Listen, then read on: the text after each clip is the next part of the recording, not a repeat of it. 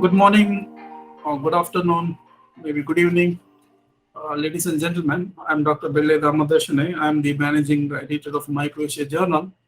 Today we are gonna have an online training on mushroom cultivation. This training is mainly for the beginners.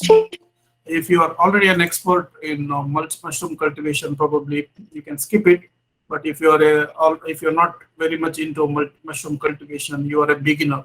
So this will be an interesting workshop for you to understand about mushrooms, mushroom cultivation, and Deepak is the guy. I mean, who is gonna teach you about mushrooms, mushroom cultivation, and about Deepak.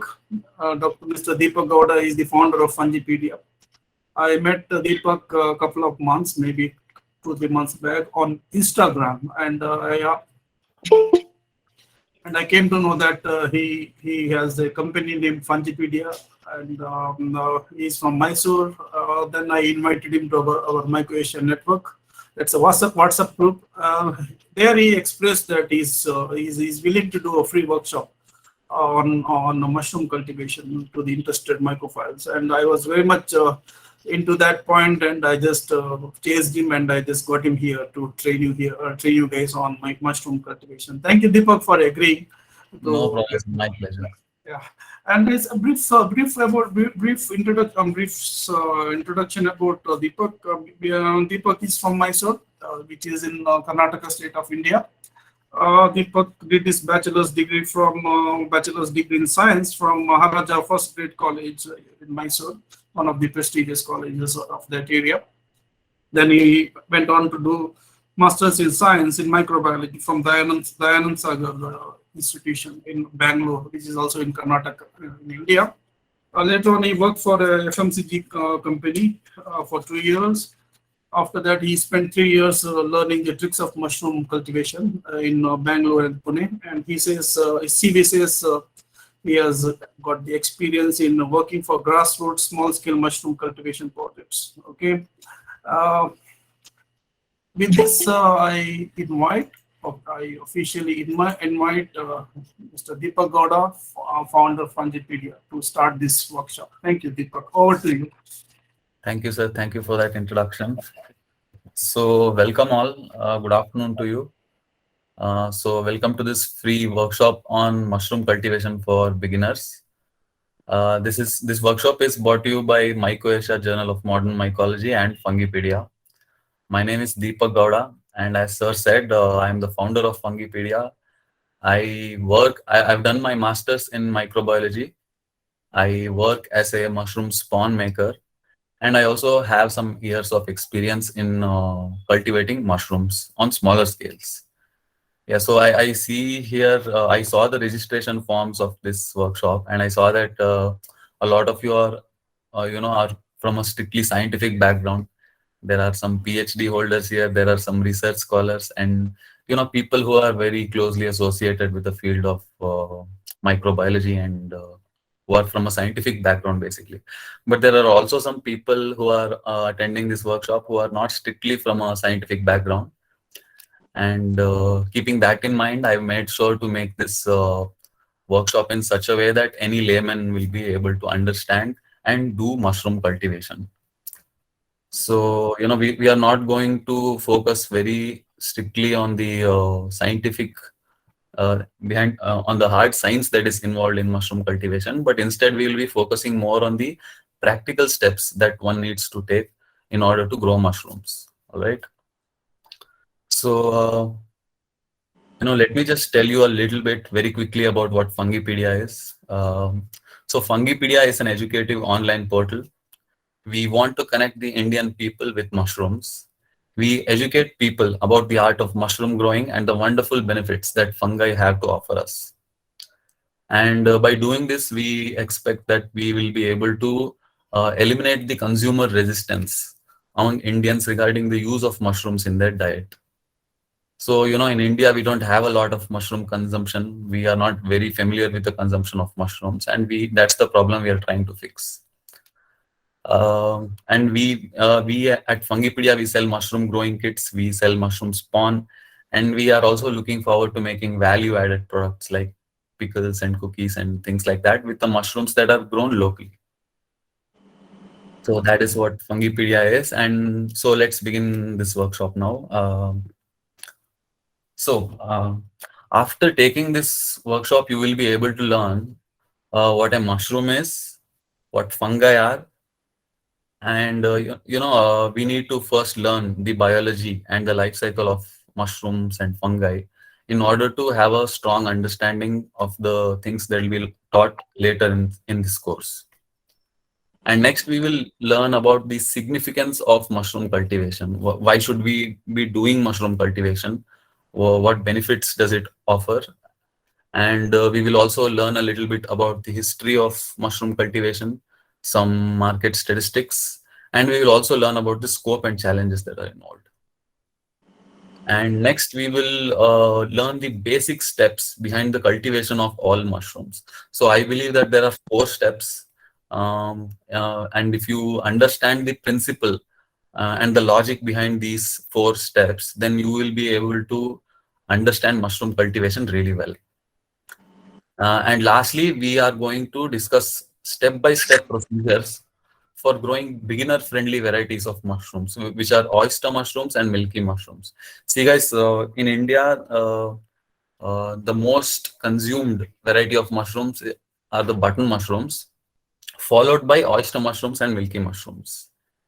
Yeah, since button mushrooms is very complicated and it's not really a beginner-friendly variety of mushroom, we will talk about button mushrooms, but we are going to mainly focus on these 2 beginner-friendly varieties of mushrooms. Okay, so let's get right into it. So the first question is, what is a mushroom? So the definition of mushroom is that a mushroom is a spore-bearing fruit body of some of the organisms belonging to the kingdom of fungi. So just like how there are kingdoms for animals and plants, so there is also another kingdom called fungi. And some of the organisms which belong to this kingdom of fungi are capable of producing fruit bodies, and it's these fruit bodies that are identified as mushrooms. The biological role of a mushroom is to spread spores of the fungus into the environment. So a mushroom is produced with the intention of producing spores of the fungus, so that the fungus can make more copies of itself. Here's another analogy to make you understand better. Just how plants make fruits to spread their seeds, fungi in a similar fashion make mushrooms to spread spores. I hope that analogy is clear.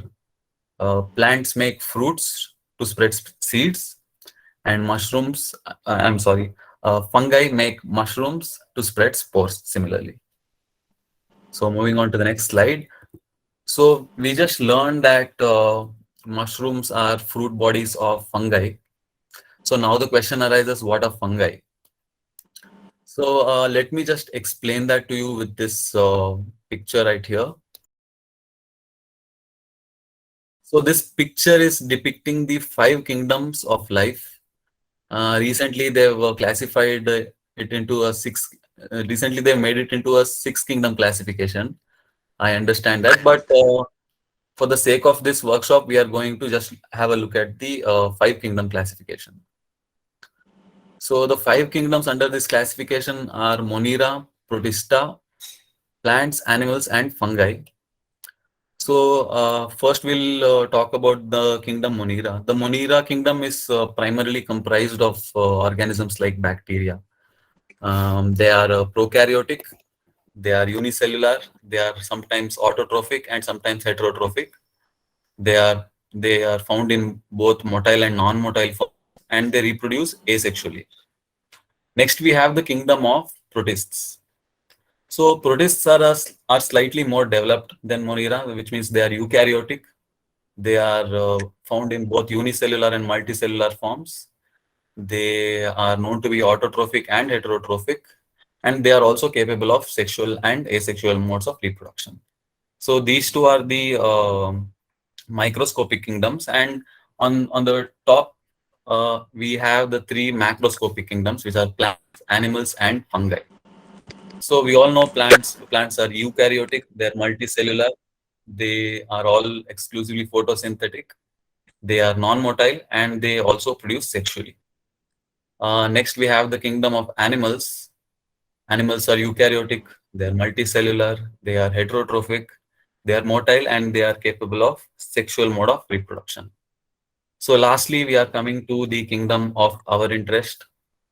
So fungi. Fungi are eukaryotic, they are multicellular, they are heterotrophic. They do not produce their own food, they are heterotrophic. They are non-motile and they are also capable of sexual mode of reproduction. So there you have it. Fungi is a kingdom in its own, and the organisms which belong to this kingdom are mostly saprophytic decomposers. And the biological significance of the kingdom of fungi is that they are known to degrade uh, substrates and break them down into simpler forms so that other living beings can absorb them.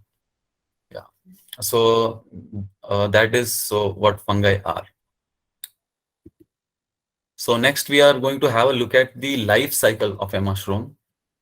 Here you can see a mature mushroom. It has a long stipe and a cap on the top. And underneath the cap, you can see these lines radiating outward.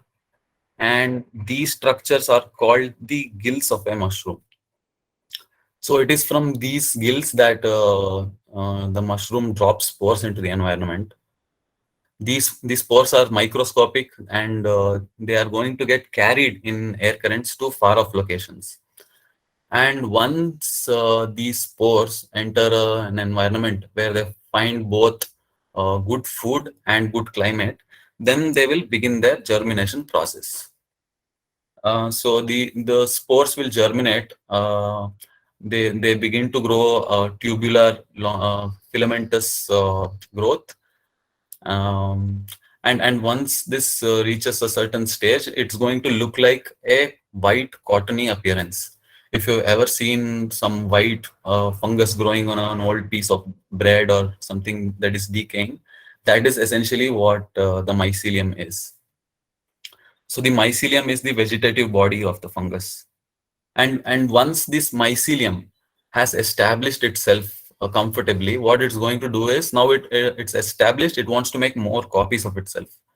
So under the right climatic conditions, it's going to form little white knot-like formations on the mycelial body, and it's these knots that are later going to develop into a full mushroom again. So there you have it. Mushroom will drop spores. Spores will find a suitable environment where they germinate and they develop into mycelium. And the mycelium, when it's established itself and the conditions are right, it's going to form primodia, and these primodia will later develop into a mature mushroom again. And that is the life cycle of a mushroom. So here we have this very beautiful clip of two mushrooms dropping spores into the environment. So you can see the two mushrooms here, and I'm sure that you are visualizing the spores dropping into the environment. But what you should also observe that these two mushrooms are growing on a piece of wood. So the fungus would have first colonized this piece of wood, and after colonizing, when it's it's comfortable, then it will grow mushrooms. It will produce mushrooms, and these mushrooms will drop spores into the environment. These spores will travel to far off locations and colonize other pieces of wood just like this again. So yeah, this clip is showing all three stages of its life cycle essentially. Yeah. So current studies estimate that there are more than 1 million species of fungi, and there may be about 140,000 species of fungi that are capable of producing mushrooms.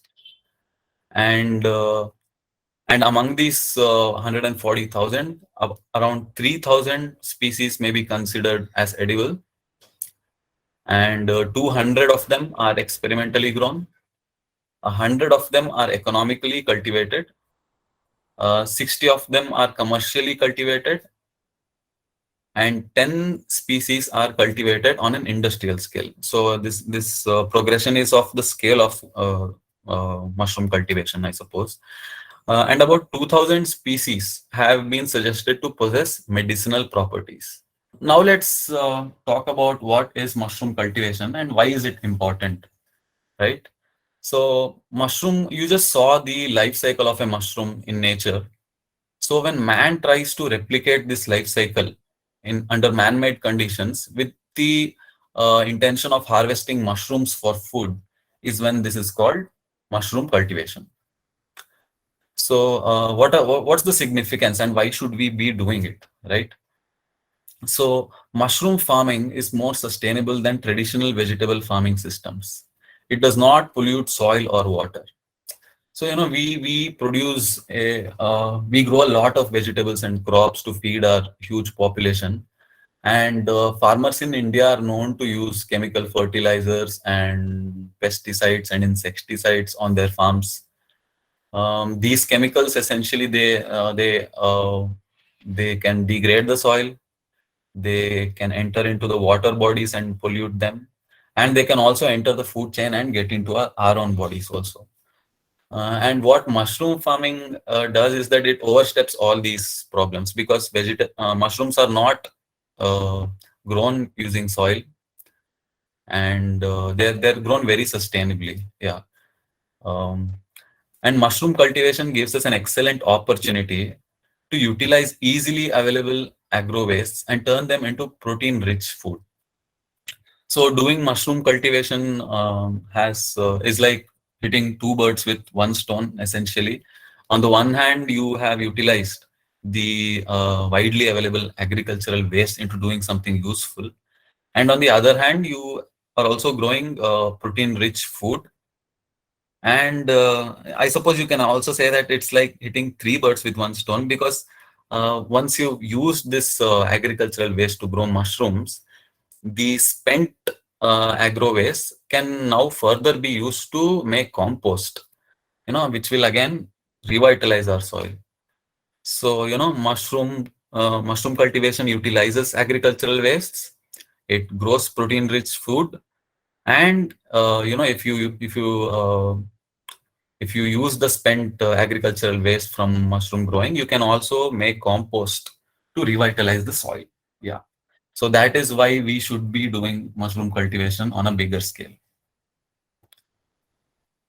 So here we have this beautiful picture of mushroom cultivation being done in Paris inside caves during the 18th century.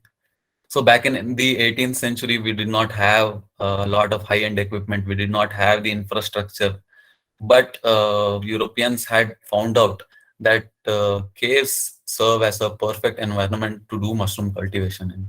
Yeah, so that's another fun fact. So, mushrooms existed on this planet before any animal. So, it is phylogenetically known that mushrooms arrived on this planet earlier than men. So, it's very much possible that we have directly evolved from a mushroom, is what they say. And also, mushrooms have been used by our ancestors even before they started using language. Even before we became Homo sapiens, when we were still apes, we were known to forage food from the environment, and mushrooms would have probably been on our menu. And for thousands of years, a lot of trial and error has been done by humankind regarding which mushrooms are edible, which are poisonous, which are medicinal, things like that. So the artificial methods of cultivating mushrooms was first discovered by the Chinese civilization in 600 AD. So no surprises there. The Chinese civilization has valued medicinal mushrooms very greatly, and even today, China is the top consumer and producer of mushrooms.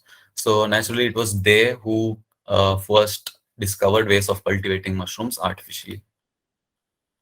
So, although it was the Chinese civilization who discovered mushroom cultivation, it was the Europeans who popularized mushroom cultivation, and it was they who took mushroom cultivation to the world. Europeans are very enterprising people, and yeah, they had an easy time taking mushroom cultivation to the world.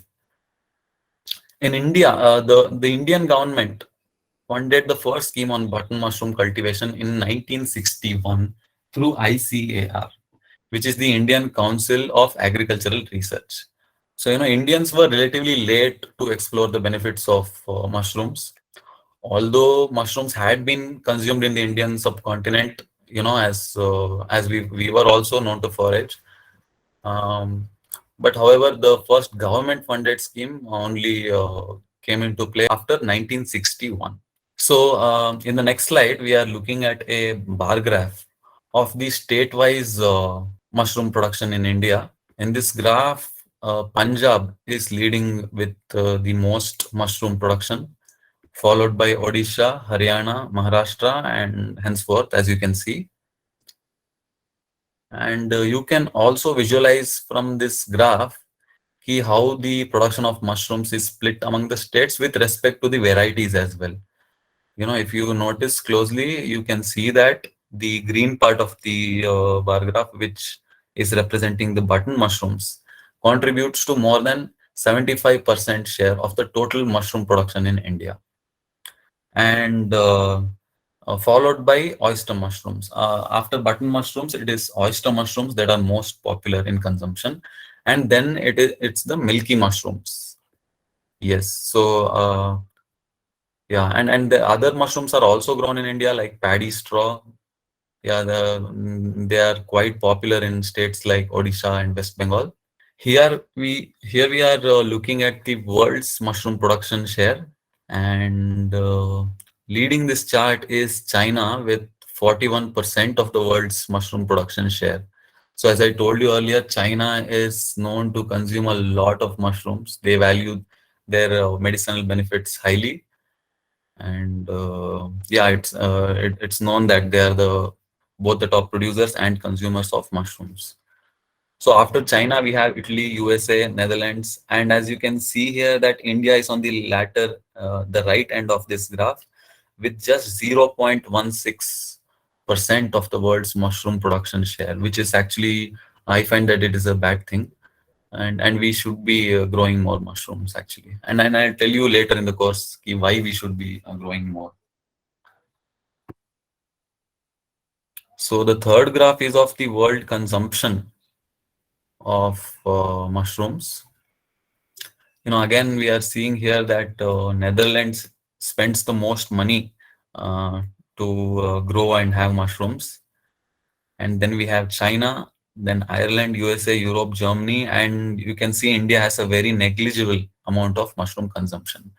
The per capita consumption of mushrooms is known to be around 3 to 4 to 5 kilos in Western and more developed countries. But in India, the per capita consumption is less than 50 grams, which is quite worrying. And since the trend of mushroom consumption has seen very slow rate of growth in India, farming of mushroom has not caught up with the global trend. Having a look at the scope of mushroom cultivation in India. So India has a very high population. So we are a population of 1.4 billion people. We have a lot of mouths to feed here, and we grow vegetables and crops to feed all these 1.4 billion people. And in the process of growing vegetables and crops for so many people, we also produce a lot of agricultural wastes. Whenever you're growing a crop like rice or wheat, only maybe 5% of the plant body is the actual crop, and the rest is all agricultural residue that is going to go into waste.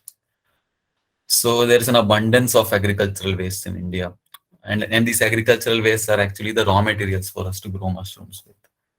Yeah, so that is another plus point. And labor is cheaply available in India. As I said before, we have high population, which means that labor can be found relatively easier compared to other Western countries. And mushroom growing is a sustainable method of growing highly nutritious food for the people who need it. As I told you earlier, mushrooms don't pollute the soil. They in fact provide us a way to manage the agricultural waste efficiently. So they're incredibly sustainable.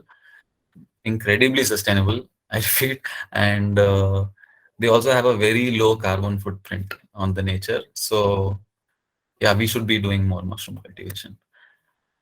And mushrooms can be grown by farmers with less land too, with integrations of vertical farming practices. Mushrooms don't require soil, but they also don't require sunlight. So it's a horticultural crop which can be grown indoors. And in India, after every generation, the amount of the area of land owned by farmers, it keeps getting smaller and smaller because, yeah, as you can imagine.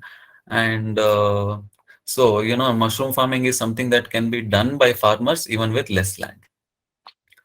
Mushroom cultivation can provide employment and additional sources of income to farmers while also utilizing the cheaply available raw materials.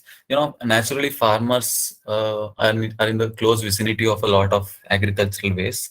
And if we taught them how they can utilize these wastes in a proper manner, then mushroom cultivation can serve as a source of additional income to these people. On the next slide, I have listed some challenges that people face during while doing mushroom cultivation. There is a lot of consumer resistance in India regarding the use of mushrooms. Some people think that mushrooms are non-vegetarian. Some people think that mushrooms are toxic, they're poisonous, and as Indians, we are just not familiar with the use of mushrooms, and that is why there is a lot of misconceptions about mushrooms. And there is also a lack of awareness about the benefits of consuming mushrooms. So I just told you about how mushrooms are sustainable and they're good for the soil ecology, and these benefits are not known to the common consumer, and the consumer is not really educated about these benefits. So yeah, if we put an effort into educating the ordinary consumer about these benefits, then he will be certainly more open to trying mushrooms in his diet. And there is a lack of skills among farmers on marketing their produce.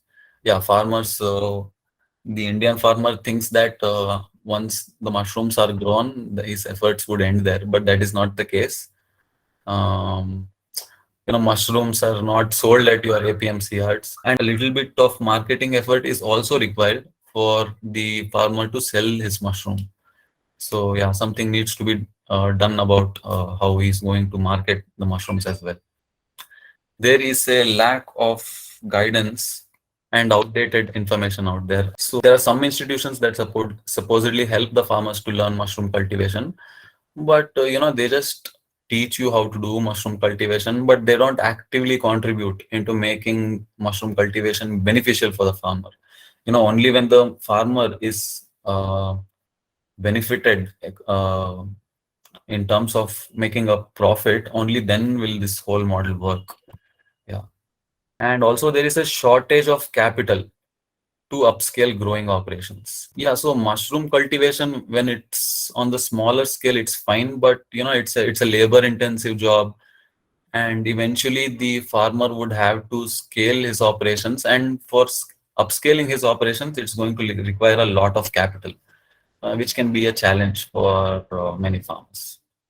So we were just talking about challenges in mushroom cultivation. So I think what I was trying to say that there is a lot of there's a lack of guidance, and the information is sometimes a little bit outdated um, for the farmer. So yeah, there is clearly a gap for knowledge regarding mushroom cultivation among the farmers. Also, the farmer might also face some shortage of capital while doing his mushroom cultivation operations.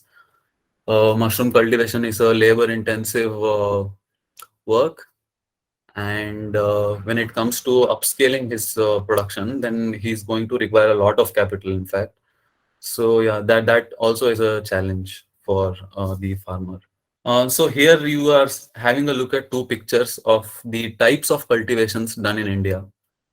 On the left hand side, you are having a look at seasonal cultivation, On the right hand side, you are having a look at the setup for year-round cultivation. So what seasonal cultivation is this is a type of cultivation that is done with low capital. It is done with the use of bamboo sticks and wooden logs and maybe even sometimes a grow tent essentially. And so this type of cultivation is accessible to the farmers and the general public. But the problem with this kind of cultivation is that it is subject to climatic conditions. So, the temperature is something in the middle of the day, it is something else in the middle of the night. And yeah, the temperature just keeps moving up and down in this kind of cultivation, which is not really suitable for the optimum growth of mushrooms.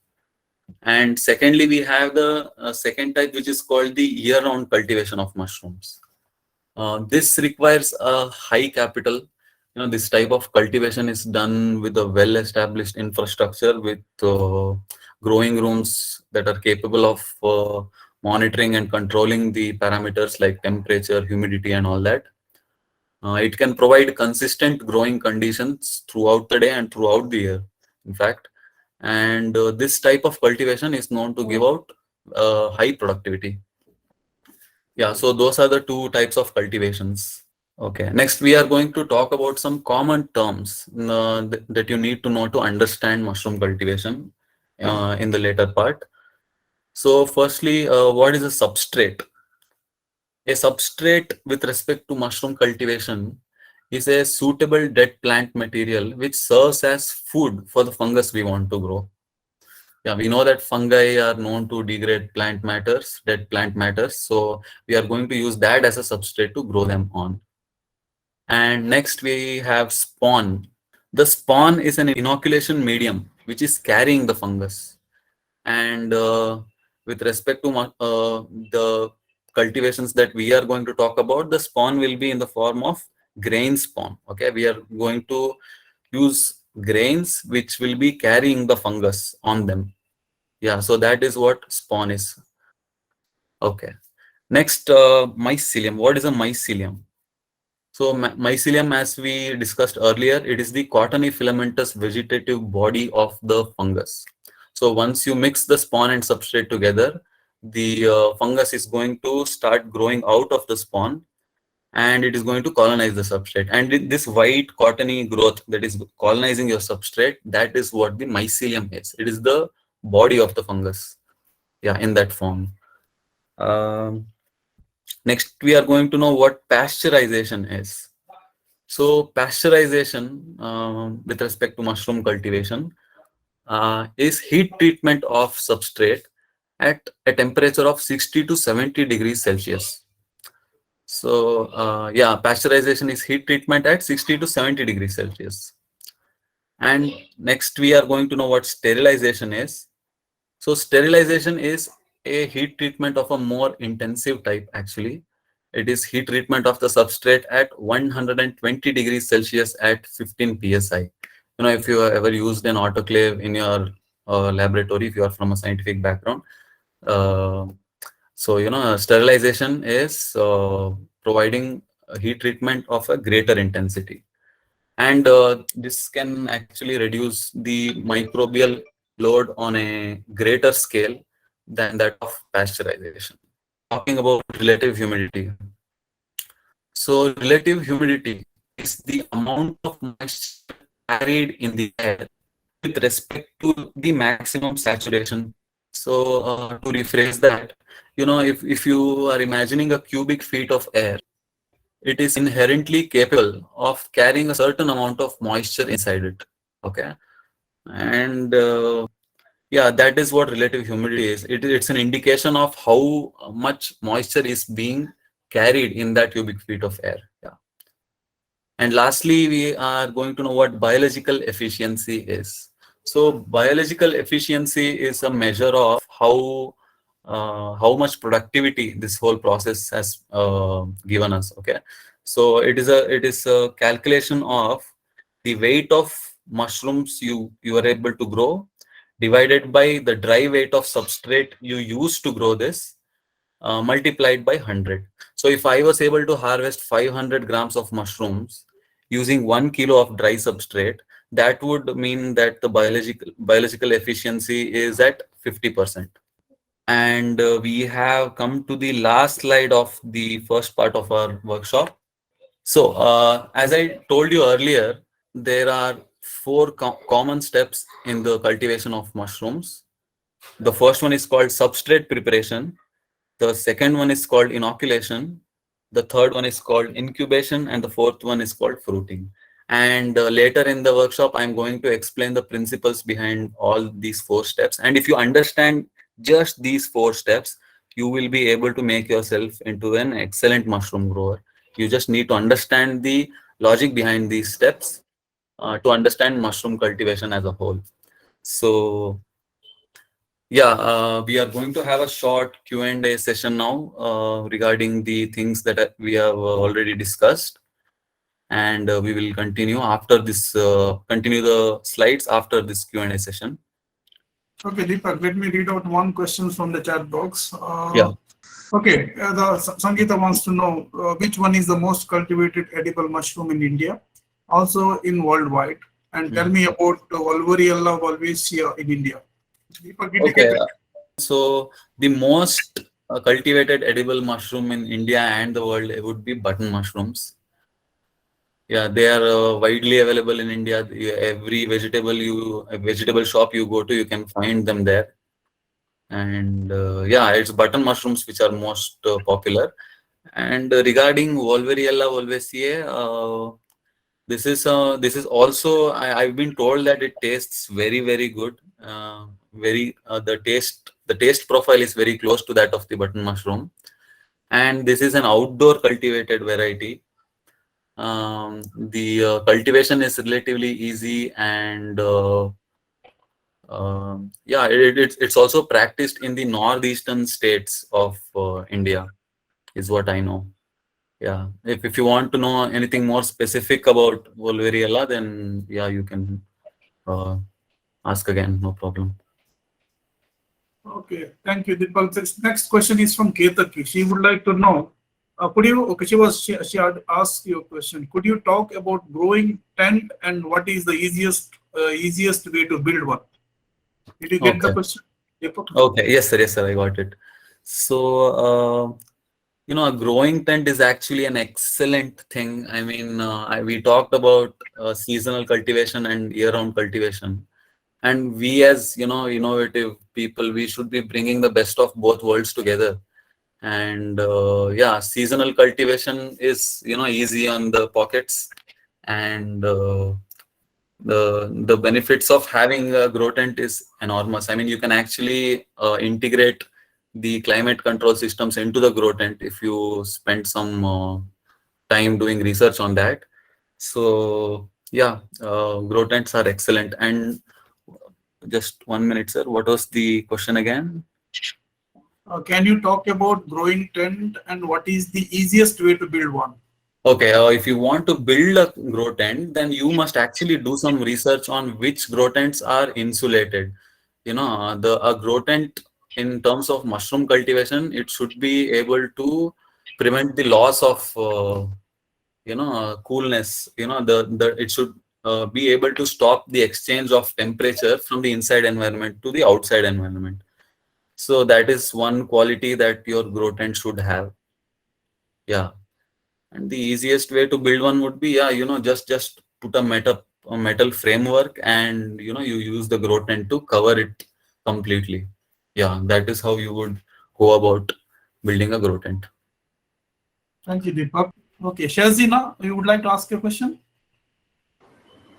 Yes, sir. I want to ask, as sir mentioned in seasonal cultivation and year-round cultivation, sir pronounced that in year-round cultivation we get high productivity. I want to ask that in seasonal cultivation the productivity will be higher or lower.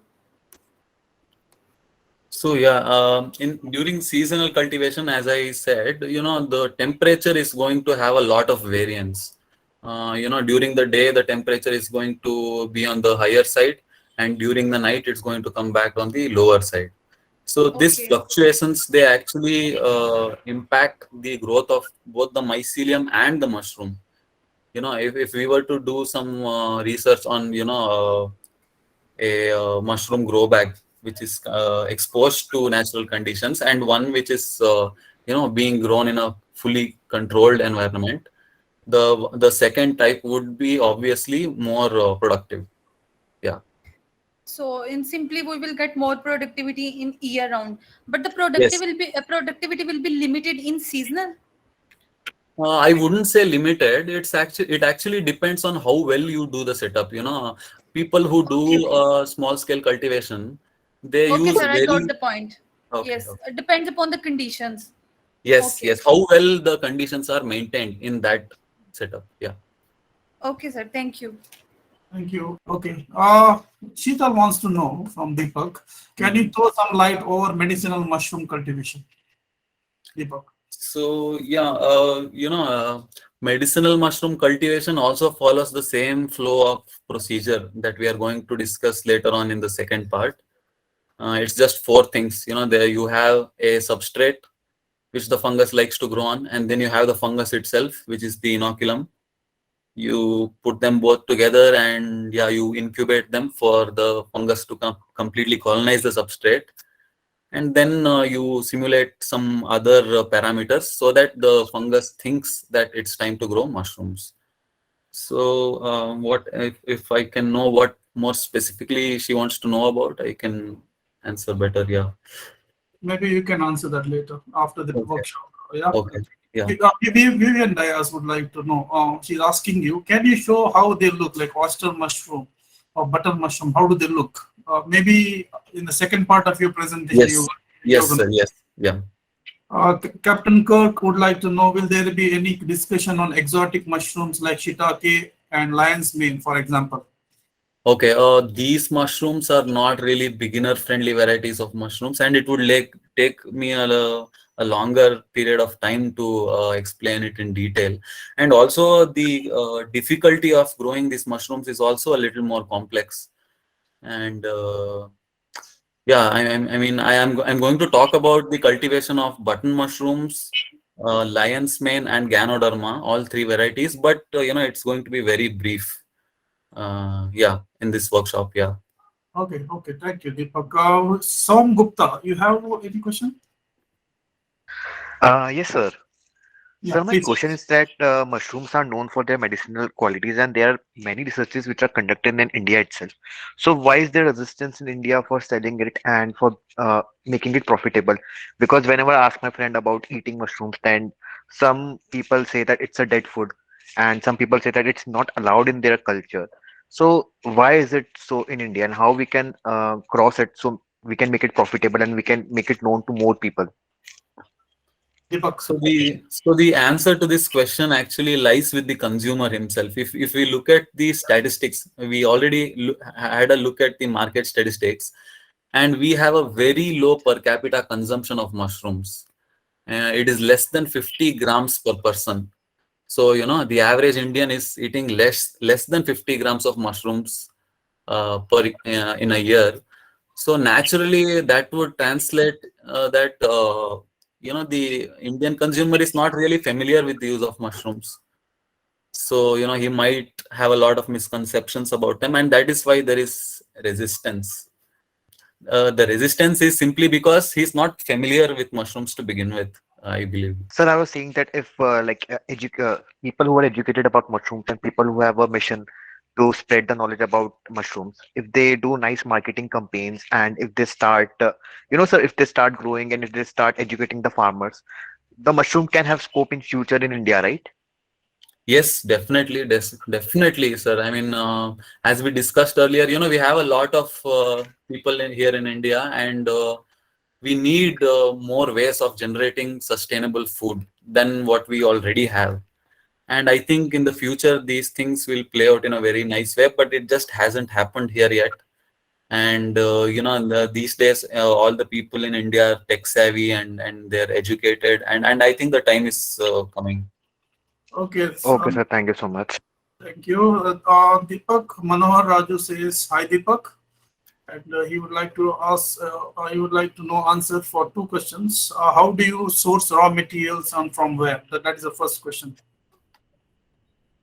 Okay. Firstly, you need to know what mushrooms you're growing. Depending on that, we would know which raw material it is exactly that you are looking to source. And how do you source raw materials? These raw materials are essentially agricultural wastes, and they're quite easily available if you just put some effort. If you speak to a farmer or someone close to the agricultural field, you will be able to source them without much difficulty. Yeah. The second question is, how do you maintain temperature and humidity, Deepak? Okay, so see, on in the seasonal type of cultivation, it's not possible to control temperature. And if you are thinking about using an air conditioner, that is really not recommended. The regular ACs which we use at our homes is not suitable for mushroom cultivation. Yeah, so there's really no method to control temperature in smaller scales of cultivation. But if we are talking about year-round cultivation, then there are machines that are capable of doing that. And in terms of humidity, yeah. So what people have been doing in seasonal cultivation is to raise humidity, they just spray some cloth and on the walls and things like that. So this is really inefficient, and this is not the right way to maintain humidity. What I would recommend is, there are some equipment that are available in the market.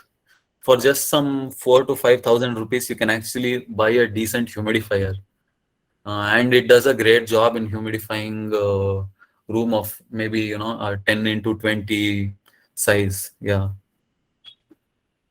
Deepak, Sauramandal wants to know the difference between edible mushrooms and poisonous mushroom, and how can we identify easily? Do you want to take this question or maybe skip it? Okay. I am not really well versed in the mushroom taxonomy area, so there's Okay. no way to differentiate visually. But yeah, you need to. The best way would be for you to take pictures of this mushroom, and there are online communities that help each other in identifying mushrooms, and you take good pictures of all the morphology, how the stipe is, how the gills are, how the cap is, and you record these details in pictures and you post in such forums where people can identify the mushroom. Yeah.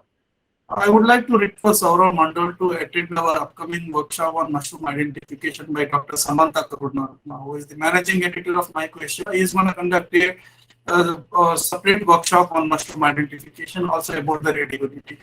Mr. Saurav Mandal. Sangeeta wants to know, can you please tell me about Shitake mushroom cultivation in India? Is this possible easily? There are actually very few people growing shiitake mushrooms, but I know some people who are growing shiitake mushrooms quite easily. And no, it's actually, I mean, it actually depends on which climate you want to grow this in, right? I mean, every type of mushrooms prefers a certain kind of climate. And depending on where you live, if the temperature is forgiving for the growth of shiitake mushroom, then it would be best. Or what you can do is you can improvise ways to control the temperature yourself, and yeah, that can also be done. So if provided the right infrastructure and equipment are present, or if the right climate is present, then you can grow shiitake quite easily. Deepak, Rajat wants to know, is it possible to commercially cultivate wild mushroom varieties of Western Ghat? Is there any effort relating to it? Okay, I think it's possible to cultivate any mushroom commercially, really. I mean, you just take the mushroom from the environment, you culture the fungus, and the life cycle can be replicated quite easily. I mean, logically speaking, we can do it, but it only depends on the utility that mushroom is going to serve. Okay, thank you, Deepak. One more question. So, Mr. Manohar Raju, he has one more question. So far, what are the types of mushrooms you have grown, and what are the challenges you have faced for marketing? So I have been mainly growing oyster mushrooms and milky mushrooms in smaller scales. And I've also visited a few button mushroom farms. I don't have very intimate knowledge about growing button mushrooms, um, because yeah, button mushrooms, just the compost making itself is a science in its own. Yeah. Um, yeah, and I also have experience in growing some other varieties like, yeah, king oysters and Even lion's mane, actually. Yeah, I've been meaning to grow lion's mane. I've actually just gotten the cultures, and I am in the process of making the spawn for that. Yeah. Deepak, so if somebody wants to, learn about button mushroom cultivation, from, Mm-hmm. from where they can learn all about all these things? Of course, you can So, go to YouTube, but hands-on training, who can give them? Actually? sir, the way, I mean, as far as I know, DMR is the only institution where they actually grow button mushrooms. That institution is meant to train people, and they also have a functioning button mushroom farm over there. And anyone who is really successful in doing button mushroom cultivation would never, let people inside his farm. They're very secretive people, these people who grow button mushrooms. Okay, fine. Yeah. Let's take up the second question, some of the last few questions. Yeah. Vivian Dias would like to know, can we grow mushrooms in a dry climate? When we try to grow mushrooms, the only thing that you need to first consider is the temperature where you want to grow the mushrooms. You first check the temperature of the room or the area where you want to grow mushrooms. And depending on that temperature, you can actually narrow down on which mushrooms are best to be grown in that area. She meant hot and dry. Okay, Yeah, hot. Okay, hot. Matlab, yeah, milky mushrooms would be an ideal match in that case, I believe. okay, thank you. Fairuza would like to know, can we only use agricultural waste compost to produce milky mushrooms? No, actually, milky mushrooms are grown on substrates that are a little more, how do you say? Um, Compost is actually a secondary substrate. Compost means that the substrate has already been, it has already underwent some microbial decomposition. That is what compost is. And so milky mushrooms do not prefer to grow on compost. They prefer to grow on a totally, how do you say, a fresher form of the substrate. If you are talking about compost, then compost is a substrate that has already went through some rounds of decomposition. Yeah, so compost would not be ideal to grow milky mushrooms. Uh, Deepak, Ryan Ali would like to know, what is the issue with regular air conditioners? So what regular ACs do is they take the air that is already inside the room, they cool it down and they put it back into the room itself. So there is no fresh air coming into the room. Do you understand? Matlab, it's just circulating the same air inside the room back into the room. And there is no inlet of fresh air from outside. So there will not be an influx of oxygen if you use a regular AC. That is the problem. Okay, thank you. Abid Ali Mirani would like to know, how can I develop new strains in oyster mushrooms? Deepak?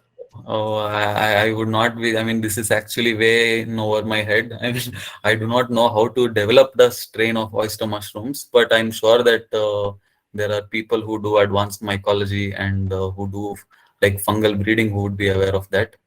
So we just use the cultures that are available to us. We take good fruiting bodies, we take tissue cultures out of them, and that's how we make our spawn. Yeah.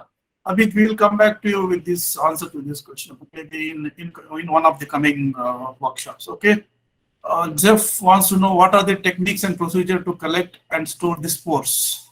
Okay, so the mushrooms will drop spores from the gills of the mushroom. So, when you are considering a mature mushroom, it would have a cap and then it would also have a stipe. So, what you need to do is you need to separate the cap from the stipe. And what you need to do is place the cap on a clean surface and allow the spores to drop down on that surface. So once you do this, you can take up the cap again and you need to store these spores somehow from that surface. So mushrooms are dropping from the cap. You just need to place the cap on a surface so that the spores would also drop on that surface. It's as simple as that. Maybe there are some good YouTube videos on that. Yes, of course. Okay, thank you. Darshan wants to know, like he has a question, some truffle species having mycorrhizal association with the tree. He means to say there are some truffle species Yes. which have a mycorrhizal association with the tree. How to establish the cultivation of this type? So the cultivation of truffles, it's actually not very clear. we cannot replicate all the types of truffles. Okay, some type of the truffle making species we know how to cultivate them. So what a truffle is essentially is that when certain types of mushroom growing fungi are not given the fruiting conditions, so they make structures called truffles. These truffles are essentially serving as the energy storage unit of this fungi, and they grow underground because they are not finding the conditions to grow out mushrooms. Yeah, so there are some types how to establish cultivation in this type. No, there is no. Uh, yeah, so what we do for the types that we are aware of is that we just make the mycelium. We just grow the mycelium, and we never introduce it to the fruiting conditions really. And so the mycelium understands ki, I'm not getting the fruiting conditions, and it will make truffles on its own. Deepak, last but one question for you. Yeah. Firuza is asking, can you mention how we can utilize agricultural waste for mushroom production? Also mention the mushroom types. I think you are going to explain this in coming in the next presentation, right? Yes. I'm going to talk about the exact steps that we need to take. Nashika Ravindran would like to know how to maintain the moisture level in the substrate after inoculation. You are going to explain the same thing? Yes, this will also be explained. Yeah, Captain Kirk would like to know, can we grow morel mushrooms indoors? I believe that some techs have recently come up to grow morel mushrooms, but to be honest with you, I'm not really well versed with the cultivation of morel mushrooms. Yeah. Okay, thank you, Deepak, for answering all these questions. And ladies and gentlemen, thank you very much for asking these questions. Now we will move on to the second part of the workshop, where Deepak will give in detail explanation for some of the things he has already talked in the presentation one. Over to you, Deepak. Yeah, thank you, sir. Thank you. So thank you guys for that interesting Q&A session. Yeah, that was very fun. So we are going to pick up where we left off. I told you earlier that there are 4 common steps in mushroom cultivation, and these steps are common for the cultivation of all mushrooms. Um, so by understanding the principle behind why we are doing these 4 steps, you will be able to understand the cultivation of all mushrooms if you just understand the logic behind these 4 steps. So the first step would be the preparation of the substrate. So as I told you earlier, the substrate is just food. With respect to mushroom cultivation, it's just some material, it's just some food that we are using to feed the fungus and to grow the fungus on, right? So first we need to prepare that substrate. The second step is inoculation, also called spawning.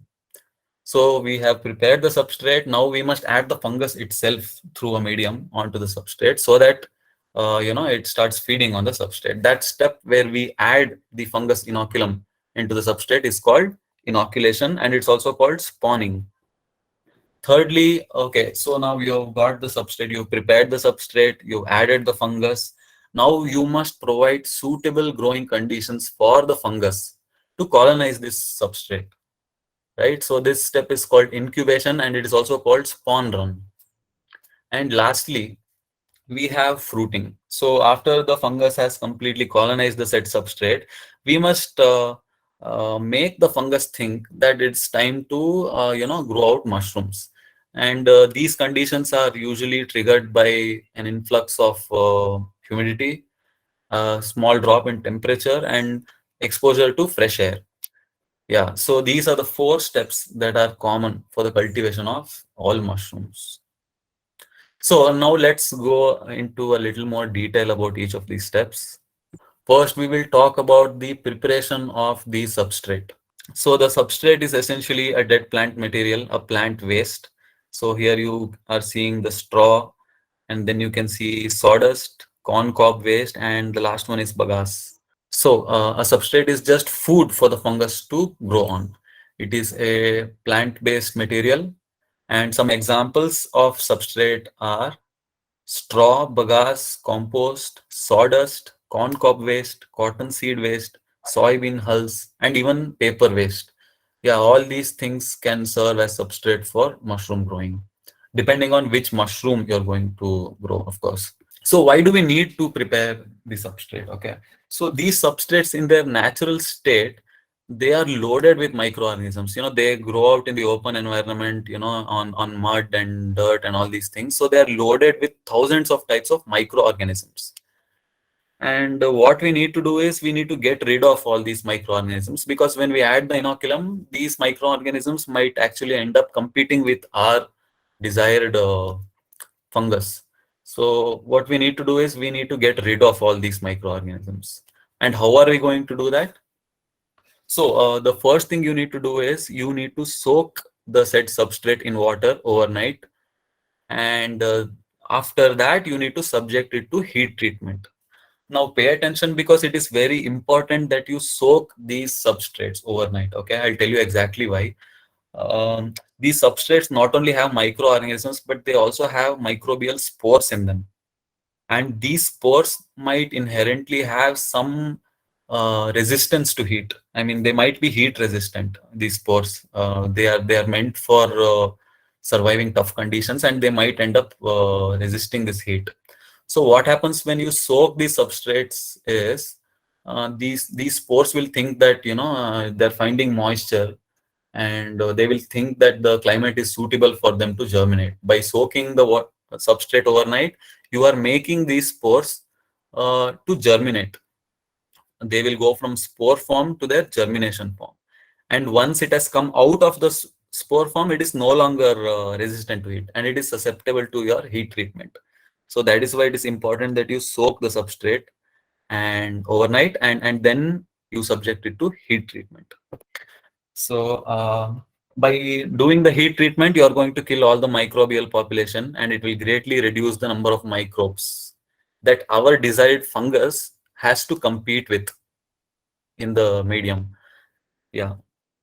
And heat treatment is usually done either as pasteurization or sterilization, depending on the substrate. So, different substrates have different degrees of microbial population and different types of microbial population. I mean, the profile would be unique to the kind of substrate. And it is heat treatment as pasteurization is recommended for certain substrates, and whereas some substrates would require more intense sterilization. So yeah, these are the two ways we can use to reduce the microbial population of the substrate. And also, we must also ensure that the substrate has desirable moisture content in it post heat treatment. Someone was asking about maintaining the moisture content of the substrate. So while doing this uh, pasteurization either with steam or water, immediately after it comes out of the pasteurization step, it's going to have a lot of moisture in it. If you are doing pasteurization by hot water or a boiling method, then naturally it's going to be saturated with water. So what you need to do is you need to let all that water strain itself, and maybe even make it to dry for a couple of hours.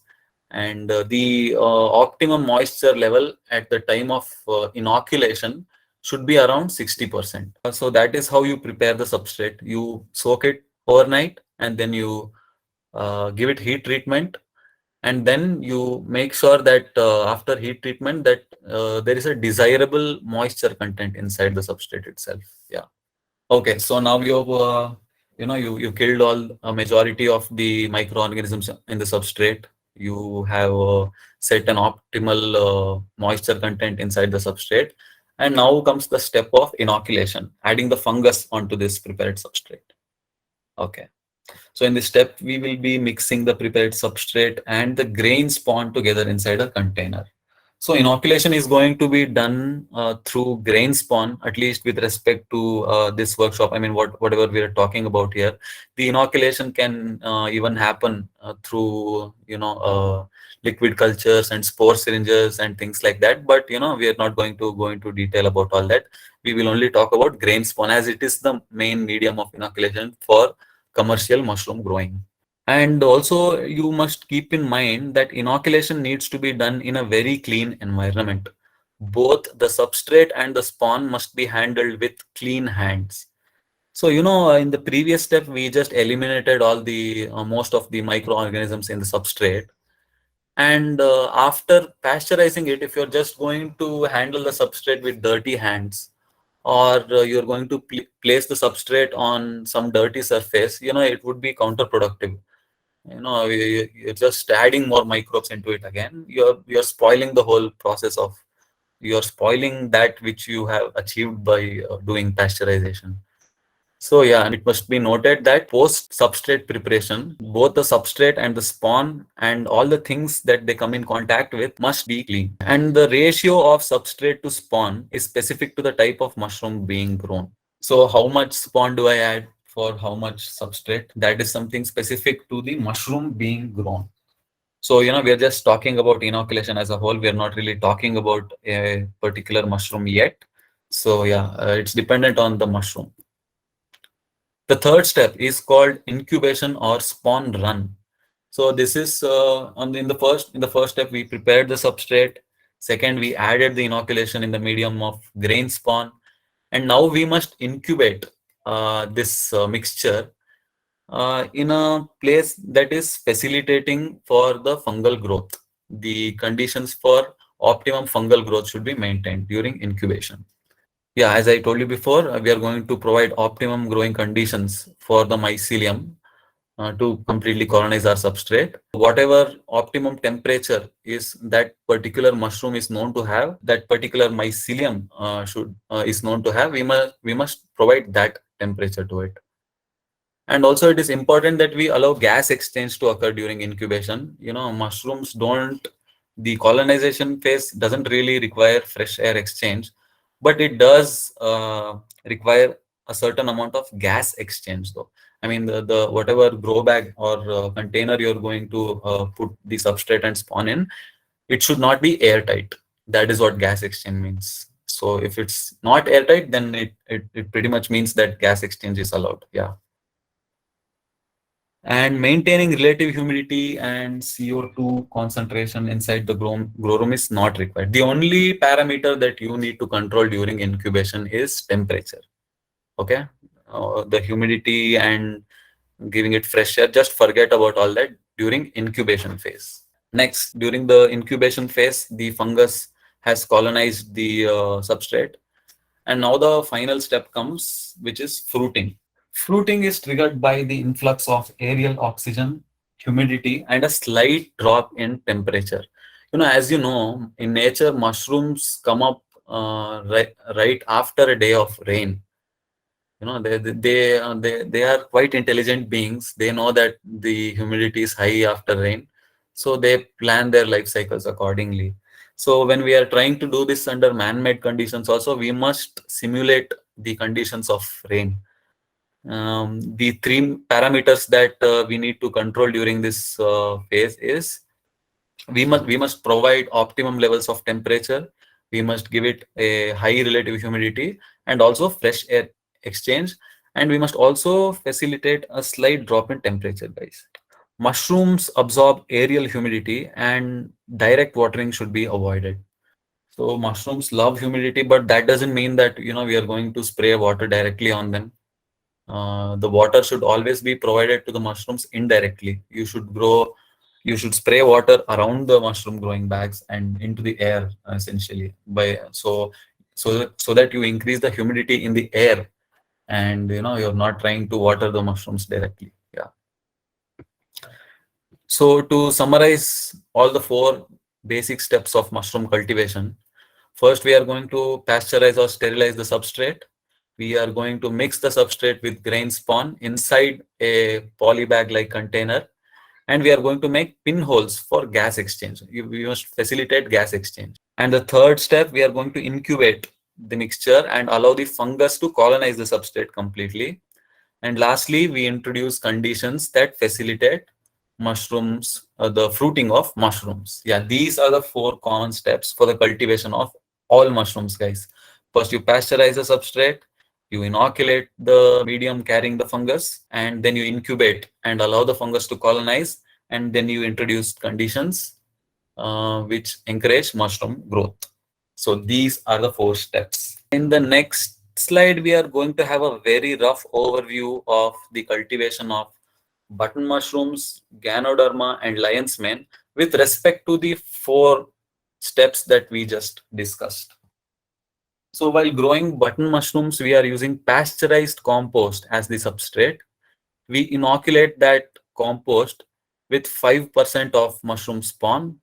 We incubate that mixture at 21 to 26 degrees for 20 to 30 days.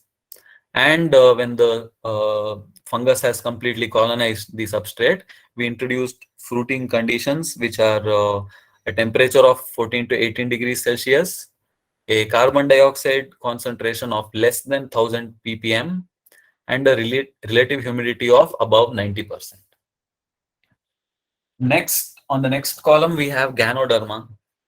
The substrate used to grow Ganoderma is sterilized sawdust, and the way to inoculate it is with an 8% ratio of grain spawn.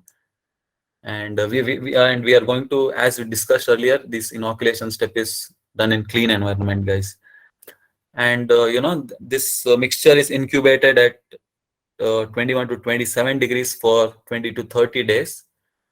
And for fruiting conditions, we will have to maintain a temperature of 18 to 24 degrees Celsius, a carbon dioxide concentration of less than 2000 ppm, and a relative humidity of above 90%. Yeah. And on the third column, we have lion's mane. To grow lion's mane, we are going to use sterilized sawdust as the substrate again. We are going to inoculate it with grain spawn with a spawn rate of 15%. And we are going to incubate that mixture for 21 to 20 at 21 to 24 degrees for just 10 to 15 days. And for fruiting, we are going to maintain 18 to 24 degrees Celsius of temperature, a carbon dioxide level of less than 500 to 1000 ppm, and a relative humidity of above 90 to 95%. So yeah, there you have it. These are the 4 steps, exact 4 steps that are being followed for the cultivation of these 3 varieties of mushrooms. Yeah, so that is why I told you guys that these 4 steps are, you need to understand the principle behind doing all these 4 steps. Okay, now that we just talked about just the steps in general, now we are actually going to getting to the cultivation of particular mushrooms. So we are going to talk about the cultivation of oyster mushrooms first. I will try to speed things up. So why should we do oyster mushroom cultivation? Oyster mushroom grows on a number of substrates. It grows on a variety of substrates. And it grows in a wide range of temperatures. Yeah, the temperature range of growing oyster mushrooms is prevalent throughout India, so it is very suitable for most climates. They are the easiest mushrooms to cultivate. It's not very difficult to cultivate. It's very beginner friendly. It has a high biological efficiency. The productivity is great. If I used 1 kilo of dry substrate to grow oyster mushrooms, if I do a good job, then I might actually end up with more than 1 kilo of fresh mushrooms. Yeah, it has very high biological efficiency. It is less prone to contamination compared to other varieties. Yeah, so oyster mushrooms are not as susceptible to contamination as some other varieties. Oyster mushrooms promote heart health by reducing risk factors like cholesterol and high blood pressures. So oyster mushroom is really healthy also, it's good for heart health of the consumer. They are rich in vitamin C and B complex. So they also have a rich nutritional profile in them. So the first step in cultivating oyster mushrooms would be the preparation of substrate. And oyster mushrooms are very popularly grown on straw, as that substrate is known to give out very high biological efficiency. And it's also very easy to handle. Straw does not need to be, it doesn't need to be sterilized like sawdust. So the straw only requires pasteurization, which a lot of people can do easily. Yeah. So we are going to do oyster mushroom cultivation with straw. So first we would need to give it heat treatment. So what we'll first do is we will cut the straw into small pieces of 2 to 3 inches of length. This can be even more in length. It doesn't matter greatly as long as it's not too long. Then we are going to soak the cut straw overnight And then on the next day, we are going to give it heat treatment with either hot water or steam. If it's with hot water, it should be for 60 to 70 degrees for 60 minutes. And if it is with steam, then the temperature would be 80 to 90 degrees for 90 minutes. Steam takes a little bit of time to penetrate into the inner part of the substrates. So yeah, it takes a little more time. So after heat treatment, you are going to strain and remove the excess water and ensure that there is around 60% moisture in the substrate. After heat treatment, you must make sure that it has an ideal level of moisture. And how do you check this? Okay, you can check this moisture level by performing a simple hand squeeze test. So what you do is you take a handful of substrate and squeeze it as tightly as you can in the palm of your hands. And on doing that, if there are many droplets of water dropping down to the ground, that means that it's too wet. So when you do the squeeze, your palm should get completely wet, and there should not be many drops of water falling onto the ground. If it's just one drop of water, it's fine. But if it's multiple drops of water hitting the ground, then it means that your substrate is too wet. This is actually a very nice picture taken from freshcap.com. This is showing a setup using which you can pasteurize your substrate. You just have a heavy gauge metal drum. You put your substrate in there, you load it with water, you weigh the straw down with something heavy, and then you use fire to increase the temperature. Yeah, so yeah, this is one good way to pasteurize your substrate. Okay, once this pasteurization is done, now comes the second step, which is inoculation. And as I told you earlier, these steps must be performed in a clean area with clean hands. So how we are going to inoculate oyster mushrooms is that we are going to take a polythene bag, or it can also be made out of polypropylene. And first we are going to fill it with a 3 to 4 inch layer of straw substrate. Okay. First we are going to fill it with a 3 to 4 inch layer of straw substrate. And then we are going to add roughly a handful of spawn. A handful is roughly close to 10 grams. And we are going to just distribute this grain spawn evenly on that 3 inch layer of substrate. And then what we are going to do, we are going to add another 3 to 4 inch layer of substrate, and then again spawn, again substrate, again spawn, again substrate. And we are going to finish filling the bag with a last layer of substrate and not spawn. And after the bag has sufficiently been filled, we are going to close the mouth with a rubber band. Okay, now that we have closed the bag with a rubber band, it's actually quite. It feels kind of airtight inside. So what we must do is we must make 4 pinholes on all 4 sides of the poly bag to facilitate gas exchange. We don't want the grow bag to be airtight. Okay, the mycelium needs a certain level of gas exchange, so we are making pinholes. So yeah, that is the process of inoculation. And next, we have made the bags, and we have facilitated gas exchange. Inoculation is done cleanly. Now, the prepared poly bag must be kept for incubation for the mycelium to colonize the substrate. So here we will provide suitable conditions for the spawn to completely colonize the substrate. The ideal temperature for the colonization of oyster mushroom mycelium would be around 23 to 27 degrees. Okay. While incubating this oyster mushroom grow bags, we must maintain a temperature of 23 to 27 degrees. Maintaining relative humidity and fresh exchange is not required. Only this temperature needs to be maintained while incubation. You don't have to do anything else. There's no need to spray water. There's no need to open windows or anything. Yeah. And the incubation phase ends when the mycelium has completely colonized. So then comes the fruiting phase. Fruiting is triggered by introduction of fresh air and humidity and a drop in temperature. So what we need to do to induce fruiting is, first we would need to make 2 slits on opposite sides of the bag. These slits can be just 2 to 3 centimeters in length. They're essentially exposing a certain part of the mycelium to fresh air and humidity. And it's just giving space for the mushrooms to grow out. And that is why we make the slits. And during fruiting, you must maintain an optimum temperature of 23 to 26 degrees and a relative humidity above 95%.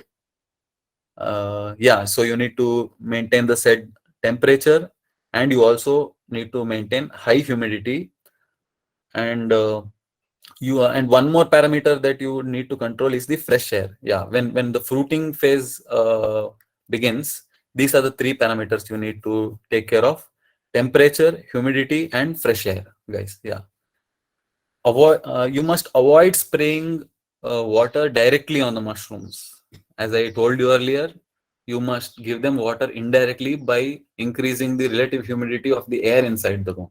Direct watering of the mushrooms should be avoided. And mushrooms should double in size every 24 hours if the right conditions are provided. Yeah, if you do a good job of maintaining these three parameters, then the mushrooms will essentially double in size every 24 hours. And lastly, we are going to talk about harvesting. So before harvesting, at least 4 to 5 hours prior to harvesting, we must reduce the humidity levels inside the growing room. Mushrooms are like sponges, and when you give them water, they hold it in the outer surfaces. If you provide them water right before harvesting, it's actually going to affect the shelf life of the mushroom negatively. So to harvest the mushrooms, you must hold the mushrooms at their base and twist them while also pulling them outward to harvest the mushrooms. Oyster mushrooms have a shelf life of 2 days, and it can be extended up to 4 days if it is refrigerated. Okay, so that is oyster mushroom cultivation for you guys. I'm just going to quickly summarize all the steps so that you can see a clear full picture of the whole process. Okay. First, you are going to pasteurize the straw substrate with heat treatment, and post heat treatment, you are going to set the moisture content to 60%. And then you are going to mix that prepared substrate with a grain spawn inside a polythene bag, and you are going to poke small pinholes on the grow bag to facilitate gas exchange. Thirdly, you will incubate these grow bags for 23 to 28 days at 23 to 26 degrees. And you're only going to maintain temperature during this phase. And after complete colonization, you are going to introduce fresh air and humidity into the growing room, and trigger the mushroom formation on the colonized growing bags. And lastly, you are going to harvest them. I hope that is clear. Okay, so that is oyster mushroom cultivation for you guys. If anything is not clear, then I'm more than happy to answer it in the Q&A session that's going to be held later. Next, we are talking about the cultivation of milky mushrooms. So the significance of milky mushrooms. Milky mushrooms can grow in warmer climates near to 35 degrees. So, oyster mushrooms can be grown in most climates, but there are also some coastal areas and some temperate areas that have a more average temperature. And milky mushrooms are very suitable for these kinds of climates. They have a high shelf life. Yeah, milky mushrooms can be stored even without refrigeration. It can be stored for 1 week, and with refrigeration, it can be stored for 2 weeks. It has a very high shelf life. Milky mushrooms have a visually appealing, big fruiting bodies. Yeah, so milky mushrooms, they are as the name suggests, they are milky white to look at, and the fruiting bodies are huge, and a single milky mushrooms can weigh up to 200 grams if grown in the right conditions. And milky mushrooms also have a high biological efficiency. By measuring it with the amount of substrate that was used to grow mushrooms, they give a relatively high output. And milky mushrooms can also be grown on a variety of substrates, just like oyster mushrooms.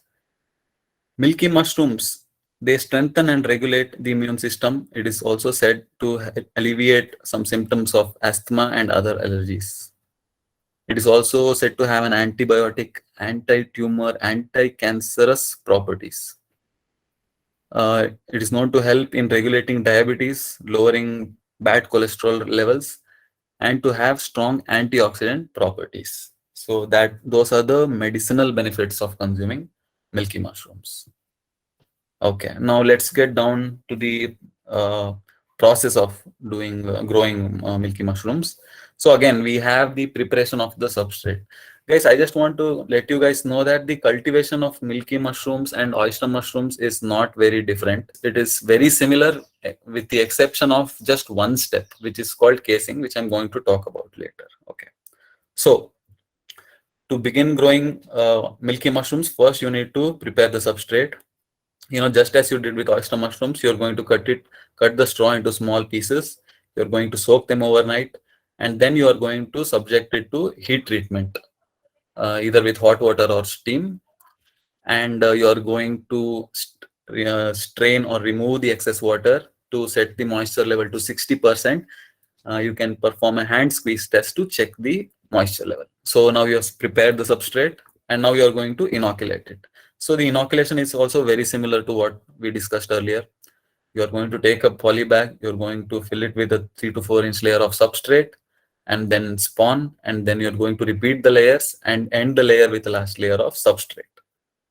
And you're going to close the mouth of the poly bag with a rubber band, and you're going to make pinholes for to allow gas exchange. So it is exactly like the what we studied earlier.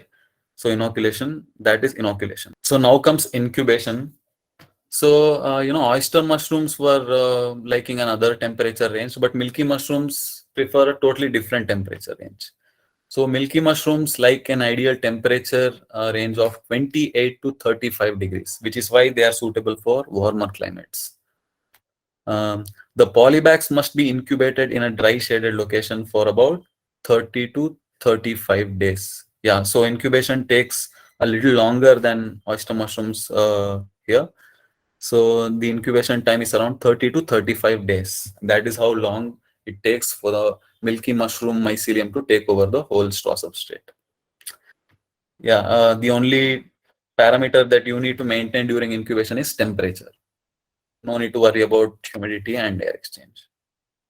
So, okay, up until here, the steps have been very similar to the cultivation of oyster mushrooms. But now we are going to learn about casing, guys. So, you saw that oyster mushrooms like to fruit from the sides of the bags.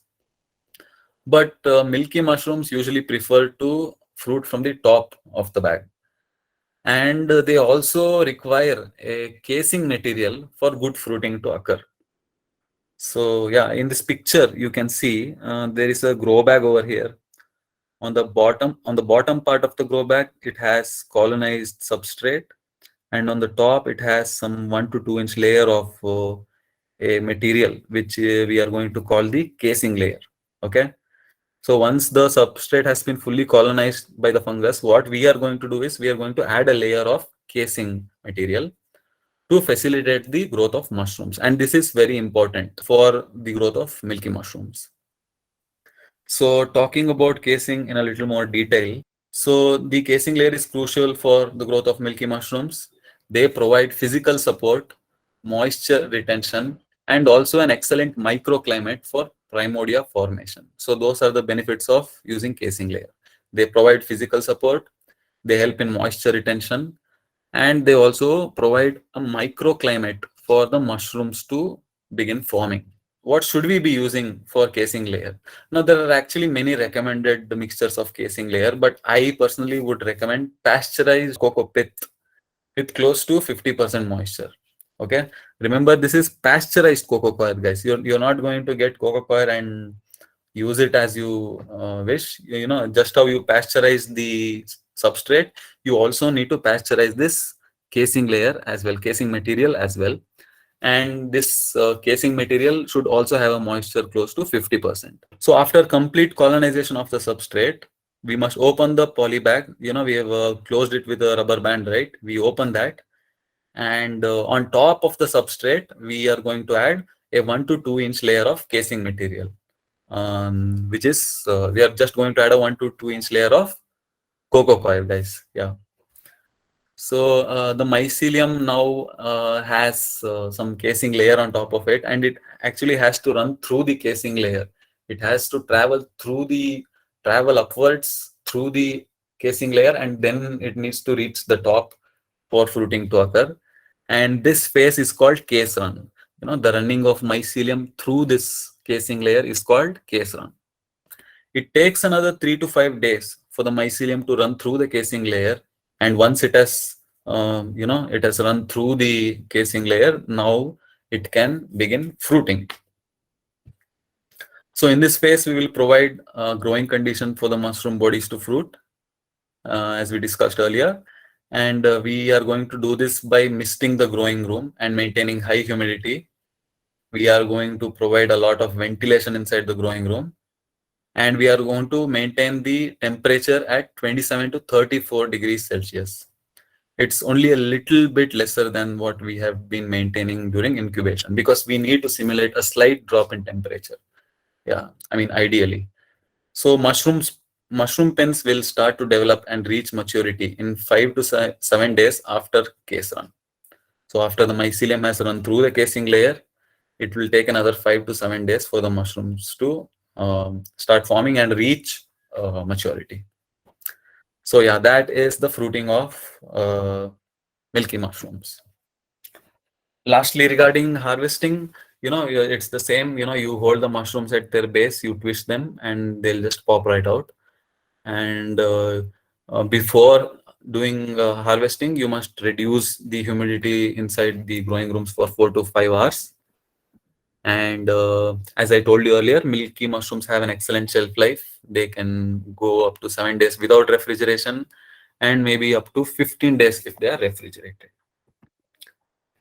Okay, for those of you who are having a hard time following this is a summarization of all of milky mushrooms. So first, we are going to pasteurize the straw and prepare the straw and set a moisture content of 60%. Then we are going to mix the grain spawn inside grain spawn and substrate inside a poly bag, and we are going to make pinholes for gas exchange. And then we are going to incubate these poly bags at 28 to 35 degrees for 30 to 35 days. And after the full colonization has occurred, then we are going to add a 1 to 2 inch layer of casing on top of the substrate. And we are going to allow the mycelium to run through that layer. And once that has happened, we are going to introduce fruiting conditions, and which will, encourage the formation of milky mushrooms, guys. I hope that's clear. So lastly, we are going to have a look at the factors that affect mushroom growth. There are only 3 parameters that you need to control during mushroom cultivation, which is temperature, relative humidity, and CO2 concentration. Now just pay attention for this last slide, guys. I know this has been very long, but yeah, the workshop is almost coming to an end right here. So these are the 3 factors that affect mushroom growth, the 3 parameters. And some other factors are cleanliness and homogenization of the ingredients. Mushrooms and fungi are sensitive to other microorganisms. So all the steps must be done in a relatively clean manner. And homogenization of the ingredients. When you make the poly bags, it should not be like, the bag is too wet towards one end and too dry towards one end, or you add too much spawn towards the bottom and the spawn is too less at the top. The concentration of ingredients should be even at all the places. And this can also have a significant impact on your growing operation. So yeah, these are the factors that affect mushroom growth, guys. And this is what you need to keep an eye on. Okay, so the workshop is almost finished now. For closing notes, so a lot of the applicants were saying that they wanted to be entrepreneurs and they wanted to do the mushroom cultivation business. So I just want to tell them ki, as I discussed earlier, it's easy to grow mushrooms, but the real challenge is in the selling of mushrooms, and one needs to come up with innovative ways and create their own marketing channels to sell their produce, and which is actually possible, guys. I mean, all these years we were not that market savvy, but I think people are upskilling at a very good rate, and I think pretty soon we will be able to come up with ways to sell these mushrooms as well. And also, I would like to say that mushrooms are still unexploited in India. Man is known to exploit every other thing. We exploit all the things that we are not supposed to exploit.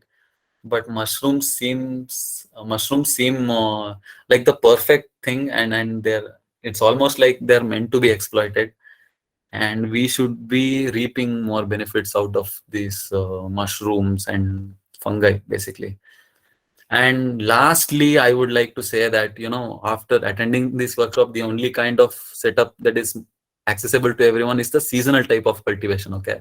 So just because you are doing seasonal cultivation doesn't mean that it has to be all very crude, right?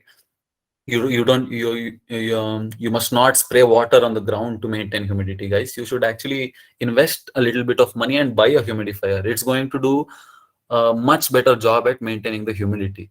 Okay.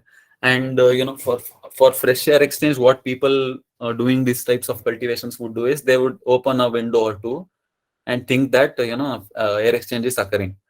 This is not right. What you must do is, so you spend 1,000 or 2,000 rupees to buy an exhaust fan, install it on one of the windows.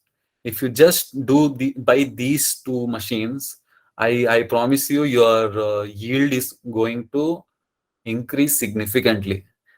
So yeah, that is my other suggestion. So with that, we have come to an end to this workshop. And now we are going to have another Q&A session for people who did not understand anything during this second part. Captain Kirk would like to know how about the lighting? What about the lighting? How much light while growing indoors? Okay, so mushrooms actually do require a certain amount of light, and again, the amount of light is specific to the kind of mushroom being grown. But as far as regarding the types that we discussed, and for other mushrooms as well, it's not a greatly contributing factor in my opinion. I mean, in nature also, the light is only available during the day, and during the night it's dark. And even while growing it indoors, there is a certain amount of ambient light that enters the room, even if you have not provided the light. Just the ambient light would be sufficient for many types of mushrooms. Thank you, Deepak. Manohar Raju has two questions for you. First question is, how do you check chemical residues in sawdust? Well, I'm not really sure about this. How do you check chemical residues in sawdust? I'm not aware of any techniques to check chemical residues. Okay, Yeah. Second question will be, inoculation will be done in laminar airflow or in empty box? Okay, so see, again, this actually depends on the type of mushroom that you are growing. If you are growing a mushroom that is very sensitive to contamination, then it has to be done under laminar airflow.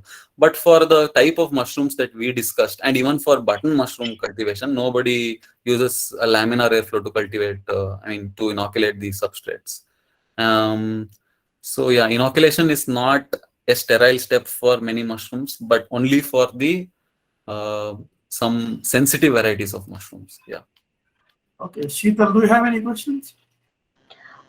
Yes, Deepak, I wanted to thank you for this nice session first.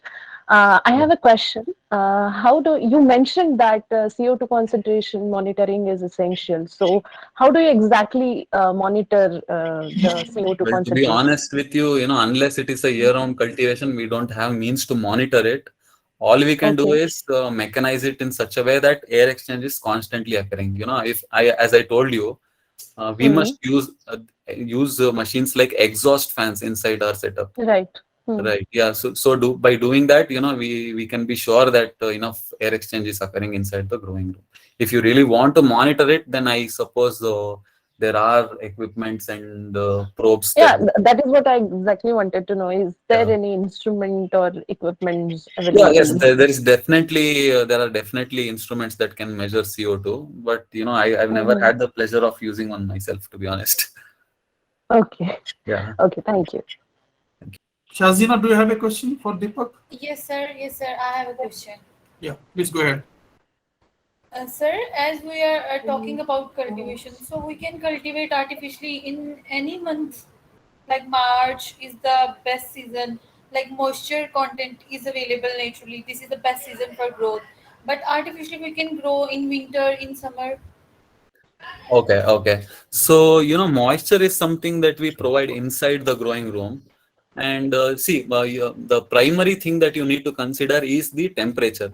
Moisture is something that can be provided, even if there is not, if the air is not carrying so much moisture, we can find ways to fix that. But since you are talking about seasons, the main thing that you should be concerned about is the temperature. What the temperature is during summer and what the temperature is during winter. For example, in here in Karnataka and southern states of India, what we do is we prefer to grow oyster mushrooms during the winter, and in the summer we switch to milky mushrooms. That is what seasonal growers do.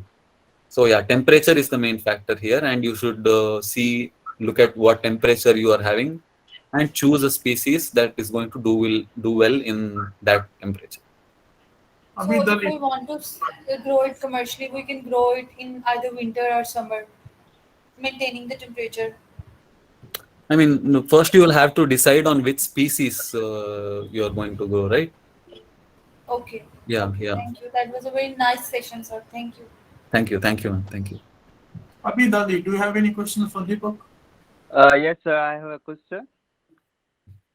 Please ask. Sir, Hi, Abhi. have you ever developed new strain in oyster mushroom?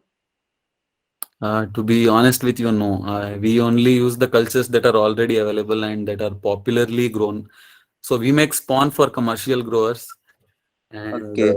they have a pretty much set um, number of varieties that they are known to grow. Like for oyster mushrooms, there are a number of varieties, but the most cultivated one is called HU. Ipsizygus Sir, ulmarius, I think. sir, mostly I'm working on butter mushroom, and Okay. there is a psyche behind it. We are not able to grow culture on media through mushroom body, but I Mhm. saw some oyster expert they can grow easily and making spawn. Sir, if I'm not wrong, it's just in butter mushroom. We usually have strain spawn which we buy from other like Hollander and other companies. They Right. may be they may be give us a hybrid strain. So that's why we are Mhm. unable to take culture from fruiting bodies. Is it? Yeah, yeah. I mean, if you are if the species of mushroom itself deviates in any way, then the Yeah. culture that it prefers, the compost that it prefers, and the such micro things would also Mhm. definitely change. Yeah. Sir, have you ever used spawn growth promoters like fertilizer? No, actually, yeah. This is actually it's a very intriguing subject, and my previous employer had worked on making a compost Okay. enhancer, he called it. Yeah, but yeah, we haven't really gotten ourselves into it very deeply yet. Sir, can you share with me a yield on 5 kg substrate? Yield on 5 kilos of substrate, Yeah, yeah. of which variety? Pleurotus australis. Okay, I mean, yeah, the yield would be somewhere. See, if you are maintaining good conditions, the yield should be above 100% of biological efficiency, because Okay. oyster mushrooms are known to give out more than 100% of biological efficiency. Yeah. Yes, yeah. Okay. Okay. Thank you, sir, for your time. Thank you, sir. Thank you. Deepak, Yes. Ashika Vedan would like to know how will we know the moisture in substrate is Mhm. about 60%? Did So you get? so we don't have a proper way to measure exactly 60% moisture, but what we can do is, as I said earlier, we can perform a squeeze test. You take a handful of substrate in the palm of your hand. So this is a very crude way of measuring the substrate, but this is. Field method. We call it field method. I'm sorry. Sir, we call it field method. Peel We use method. just Okay. Okay. Yes. Yes. Okay. Yeah. I'm calling it a squeeze test. Yeah. Both are, sir. Right, right, right. So what you do is you take a handful of substrate and you squeeze it really tight. And if you have droplets of water coming down from that substrate, then it would mean that it's too wet, basically. But in terms of setting the moisture level, you should keep in mind that if the moisture is a little less than desirable, then that is okay.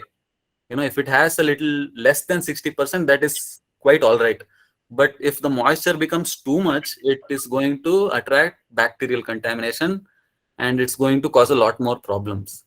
So, so yeah, that's the principle behind that. Is that clear? Ashika Ravindra, can you respond? No. Okay, never mind. Mr. Babu, Blaze Babu, you have any question? Okay, sir, why we are doing tissue culture for the spawn production as well as spore? We can use the spore for making tissue culture. Any reason for that? Mhm. Okay, okay. That's a very good question. So what happens is every spore has a set of genetics. The mushroom is dropping billions of spores into the environment, and each spore has a unique what genetic profile. You know, Yes. each spore has a unique speed of colonizing. It has unique traits basically, and it's very hard to pick one subset of characters from those many spores. But what happens during tissue culture is you're already taking a very good fruiting body, and you're essentially doing a tissue culture on that to save that set of genetics. Are you able to follow? Yes, sir. Yeah, yeah. Okay. So that is why we do tissue culture rather than spore culture in commercial mushroom growing. Yeah, Thank you so much, sir. yeah. Thank you. Deepak, Darshan has a question for you. In India, which Ganoderma species are used in cultivation? To be very honest with you, I'm not very familiar with the cultivation of Ganoderma. I would not be able to. Is there any specific mushroom specific media? Not the media, Okay. species are used in cultivation. Okay. Okay. You can skip that. Deepak, it's okay. Yeah, yeah. I'm not really well versed with the cultivation of Ganoderma, to be honest. Darshan, we'll come back to you about this question in next workshop. Okay. So, Okay, sir. Okay, sir. No issue. Pooja Gavas has a question. Deepak, during spawn run, do we need to keep the filled polybag in dark, or is it not necessary? It is not necessary. Just you don't need to. The only parameter that you need to control is temperature. Yeah, and ambient light would be there anyway. Thank you. Deepak Fairuza has one question, I guess. To my knowledge, there are many challenges in organic oyster mushroom production. Contamination by trichoderma, black fungus is a major one among them. Can you suggest measures to overcome this? There are only two measures that you need to take. One would be proper pasteurization or sterilization of the substrate, and after doing that, if it is a variety that is really susceptible to such contamination, then you can do inoculation under a laminar airflow. Yeah, the proper pasteurization and using laminar airflow for inoculation. This will make your procedure foolproof. Yeah. Okay, Deepak, Rajat has a question for you. How to prepare a spawn? Okay, so what we do is we take a fully developed and a very nice mushroom fruiting body.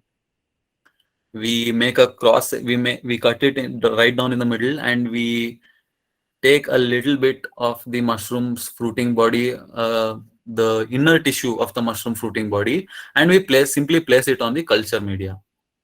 Yeah, so that eventually colonizes the culture media, and that is what we use as inoculum for our further grain propagation. Yeah.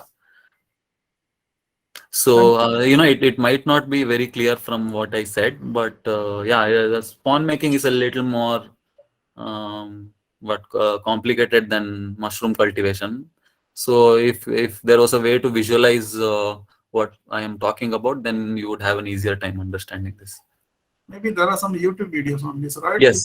There are definitely some videos. Yeah. Rajat, you might actually like to visit YouTube and find some relevant videos. Okay. Darshan has a question for you, Deepak. Is there any specific mushroom-specific media for basic isolation of strain? If yes, which company is good? Okay, we use PDA and MEA to what media for basic isolation of strain. I hope you mean like taking a culture. So for making cultures, we use PDA and MEA. Yeah, and which company is good? We. I mean, it really doesn't matter. PDA is just potato dextrose agar, and anything that you can buy from uh, what lab supplies, a lab's material So other than supplier. PDA, I'm asking, sir, other than PDA, any specific media which are meant for only mushrooms? Sir, we use PDA and MEA, sir. Those are the only two ones that we are using currently to make spawn for. We make spawn for just three varieties, sir: oyster, milky, and buttons, because they are the ones who are which are widely cultivated, and they are the ones which are in demand. So yeah, we kind of work on demand, to be honest. Okay, sir. Thank you. Deepak, Mrs. Cynthia D'Souza has a question for you. Where can we get this spawn from? Can you provide details, please? Yes, definitely. I will find a way to. Um, yeah, I probably should have dropped some social media handles into the presentation, but if you can somehow contact me after this workshop, I will be glad to supply spawn for you. Yeah. Okay, Mrs. Cynthia D'Souza, Deepak would be happy to supply this spawn for you. As I know you, as you are from Udupi area, you could contact scientist from Agriculture College, Brahmavara. Mm. Shazina has one more question. Yes, sir. I have a question. Sir, my question was basically related to contamination. As you told, to avoid contamination, we should sterilize and pasteurize. But once the contamination is introduced in our media, so the media is wasted. Are there any way to handle the contamination? No, I mean with respect to when you say media, you mean the substrate media or like on the petri plate, like where we are doing the spawn, where exactly? Like petri plate media. Oh, petri plate media. See, if there are two types of organisms growing on the same petri plate, and Yes. especially if it is bacterial in any nature, then we should avoid using that plate altogether. And if it is fungal, and provided it is in such a stage ki, there are if the cultures are overlapping each other, then you could possibly try to subculture a cleaner part of that and try to salvage it somehow. But these microbial cultures can be like, they're like omnipresent. It's impossible to get a very clean section when there are more than one types of fungus or any other kinds of microorganisms growing on the same plate. Yeah. Yes. Okay, So sir. yeah, it Thank you. would be difficult. It would be difficult to do a subculture of a plate which has different kinds of organisms growing on it. Okay, thank you. Thank you. Deepak, we are taking the last question now. Mr. Amok Dutt has a question for you. You mentioned that a single milky mushroom can weigh up to 20 grams. Mhm. How does one know that the mushroom won't grow anymore? Well, it will just stop growing. I mean, yeah, it has a limit. It can't keep growing forever. So naturally, it will reach the end of its growing stage, and it will just come to a halt. Ladies and gentlemen, it has been a wonderful 2 hours, almost 2 hours, 15 minutes now. If you still have some questions for Deepak, please go to his Instagram account, maybe Facebook account, Fungipedia, okay, and ask him. He'll be very happy to answer your queries there also. Our last question, I don't want to disappoint this lady. Aparajita Banerjee would like to know what type of certificate we need if you want to open lab for spawn production. Deepak. Well, I mean, there's no, it's not a requirement or anything, but yeah, but if you want to do spawn production, then you probably must take some kind of training from some already functioning spawn lab. Yeah. I don't know if there is any certificate that comes for that, but maybe if you contacted some government type of institutions like DMA or IIHR, they will be, I mean, yeah, they all give certificates. Yeah. Yeah, thank you, Aparajita, for that question, and thank you, Deepak, for answering that question. Deepak, I would like to thank you very much, for giving conducting this workshop in a very very effective manner. It has been a wonderful one, almost 150 minutes, much like around 145 minutes, 150 minutes. I'm sure all the participants have benefited greatly from your knowledge, your eagerness to share the knowledge. That is very important, and we are very very privileged to have you here today. And thank you very Thank much. you, sir. And thank you, sir. Thank you for giving me this opportunity to come in front of all these people and speak. Yeah, and I would just like to mention that uh, Belle Damodar Shanai sir was kind enough to bless me with this opportunity, and I would like to just say thanks to him. Also, sir, I just wanted to add one more thing. So if any of you want to follow my Instagram account, you are more than welcome to. We actually keep sharing very educative and informative content about mushrooms and fungi. My Instagram account is called fungipedia.in, guys. Like you're typing in a website, you search for fungipedia.in, and you will be able to find us on Instagram. So please do follow me on Instagram. That would be really helpful. Ladies and gentlemen, if you are interested in receiving a certificate of completion, you must complete this assessment quiz. This assessment quiz will have 20 multiple choice questions. If you get 10 out of 20, you will be eligible to receive your certificate of completion. Okay.